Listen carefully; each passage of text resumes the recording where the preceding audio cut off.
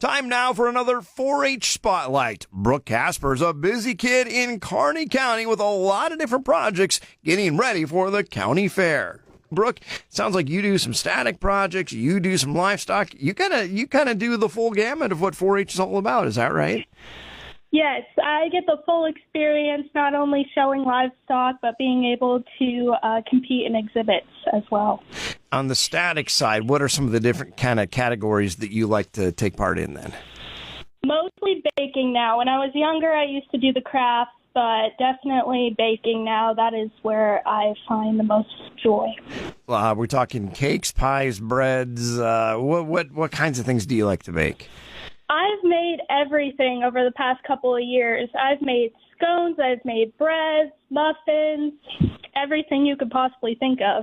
And I'm sure your family hates to have to taste test all those yummy things, right? Oh, yeah, they hate when I have leftovers because I have to make two to get the better one to take there. That's such a shame. I know as a 4-H parent myself, it's tough when you have to try out those new recipes, isn't it?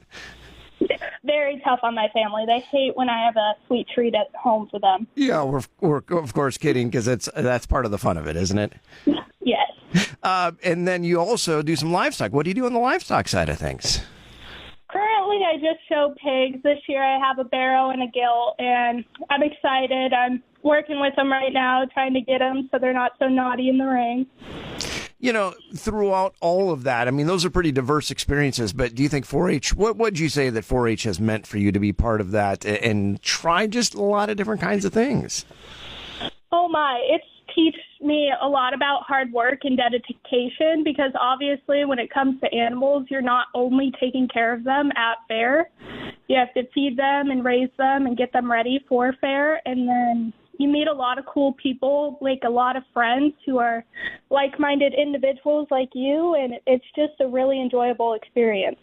And as you kind of look to your future, have you kind of thought about what you want to do with your life, and do you see any ways that 4-H has maybe kind of impacted you that way?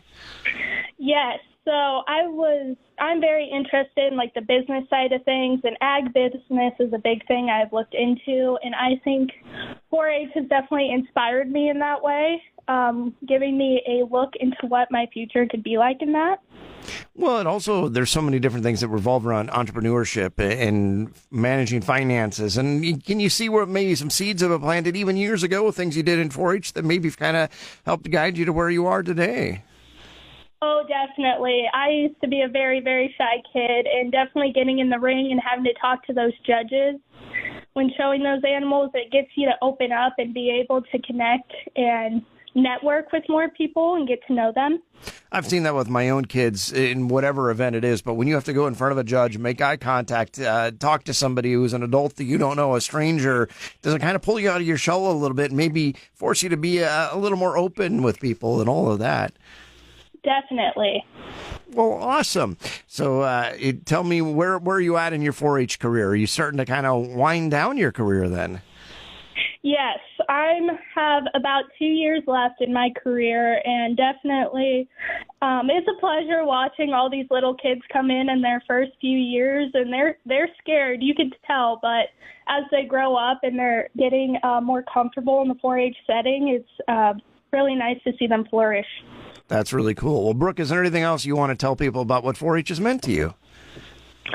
4-H is something I feel like every kid, especially around here where we live in a rural community, should be involved in because it teaches you so many life skills and gives you so many opportunities that you wouldn't have if you weren't involved in it. That again is Brooke Casper, a 4-H member in Kearney County. I'm Steve White with a 4-H Spotlights on the Rural Radio Network.